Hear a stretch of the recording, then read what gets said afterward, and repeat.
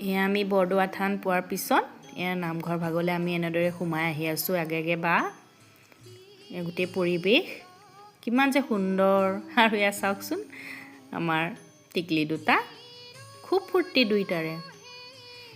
তাই এনেকৈ সেৱা কৰি ভিতৰ ভাগলৈ সোমাই গৈছে মোৰ আলফুল এজনী খুব ভাল পায় তাই এনেকুৱা ধৰ্মীয় অনুষ্ঠানসমূহ এয়া গৈছে আমি চবেই সেৱা কৰিবলৈ গৈছোঁ তাৰ পিছতে আমি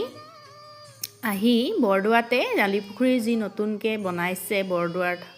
মানে প্ৰদৰ্শনী হিচাপে খুব সুন্দৰ শ্ৰীমন্ত শংকৰদেৱৰ জন্মক্ষেত্ৰ বুলি তালৈ আহিলোঁ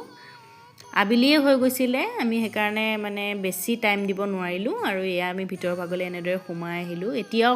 নিৰ্মাণ কাৰ্য সম্পূৰ্ণ হোৱাগৈ নাই তথাপিও